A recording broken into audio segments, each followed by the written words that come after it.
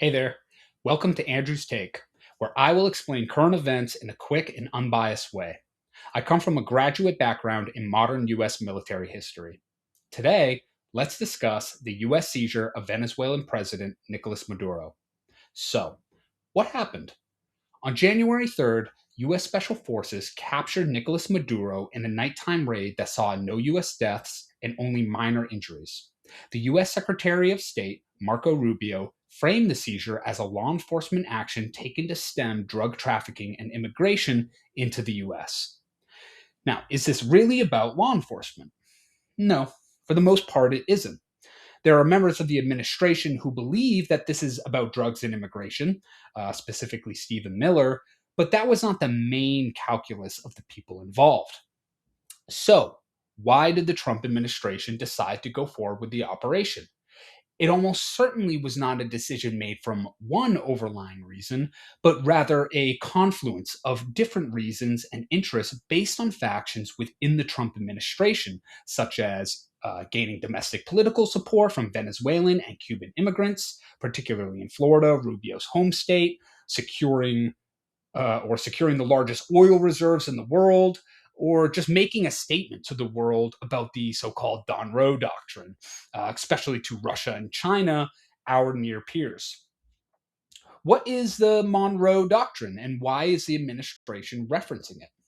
The Monroe Doctrine was a declaration put out in 1823 by the then President James Monroe to European powers that the US is the sole arbiter of the Western Hemisphere, and European powers should stay out. At the time the US announced the Monroe Doctrine, the country was too small and weak to effectively enforce it. But as the 19th century continued and the power of the US grew, Europeans had to abide by it increasingly. The Monroe Doctrine was the basis for many U.S. interventions in the Caribbean and South America, including Maduro's ouster. Of course, the current reference to the Monroe Doctrine has to do with China and Russia staying out of the Western Hemisphere, not Europe. China has been gaining access rights to commercial ports in South America that could, in the future, be turned into military ports. Or at least, this is the concern of American strategists. Are we at war with Venezuela? No. Neither the Venezuelan government nor the US has declared war. Is taking the head of state an act of war? Of course, it is. But the power balance between the US and Venezuela is so vast that the Venezuelans won't declare war because they would lose decisively. Is this the same as what the US did in Iraq and Libya? The ouster of Saddam Hussein in Iraq and the ouster of Muammar Gaddafi in Libya. Yes, in general terms, this is regime change without a fully fleshed out plan on how to deal with the aftermath of that change, much like Iraq and Libya. However, Venezuela, Iraq, and Libya are very different countries with different internal situations. So, what happened in those countries is not predetermined to happen in Venezuela. There is a great deal of uncertainty with the regime change because of the various factors that can influence the situation on the ground that you can't always predict. So, what's happening in Venezuela now? Since the US did not replace the current government with the opposition, Maduro's government and military remain in power. The vice president has been sworn in as interim president, and the administration has begun to crack down on anyone celebrating the ouster of Maduro. How are they cracking down on opposition and people celebrating Maduro's ouster?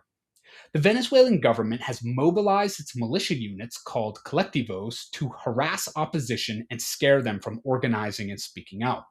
The colectivos are a far left paramilitary force who can do the work of the government, so the government doesn't have to send out the military.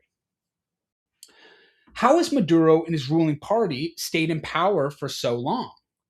Maduro's government has always relied on the military to support it.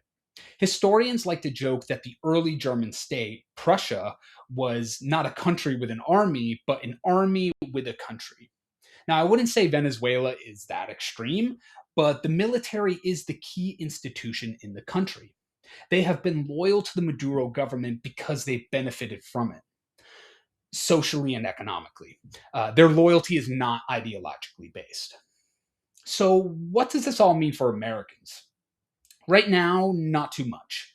The US produces enough oil domestically, and Venezuela will need time and investment to get its oil production back up. War hasn't been declared, and the operation was considered a success.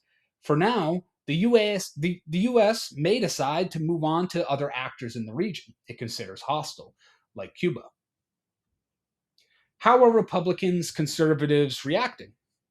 Many older neoconservatives will feel right at home with this action and have applauded the operation.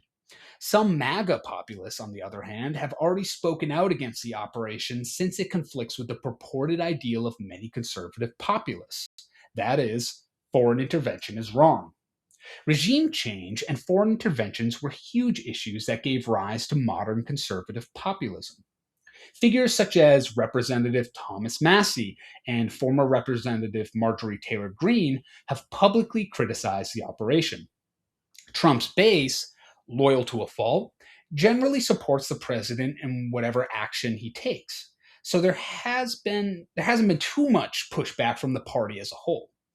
However, that may not reflect the true sentiment of Republican lawmakers. And to back that up, you could look in the Senate right now, where a resolution was just passed to curb the Trump administration's ability to take military action in Venezuela. How are Democrats, liberals reacting?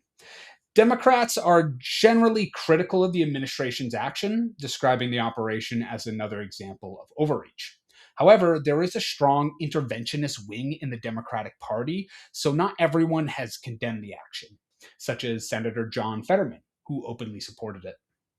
In general, Democrats are happy to see Maduro go, but criticized how it was done.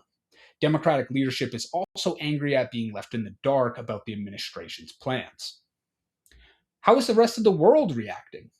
Well, the Europeans have had mixed reactions, much like the Democrats, since they also wanted Maduro removed, but are critical of the violations of international law and the potential risk involved with regime change. Russia and China have condemned the operation outright, especially since Maduro had their support, and Maduro was sort of an ally of theirs. The global South's reaction depends largely on the ideological bent of the government in charge of the country, with many left leaning governments opposed to the ouster, while many right leaning supported it. Okay, that's it. If there was a question of yours I did not answer, put it in the comments section. I will do my best to answer it. Thanks for watching, and I hope you found this informative. If you did, please give it a like and share it to someone who you think would benefit. See you next time.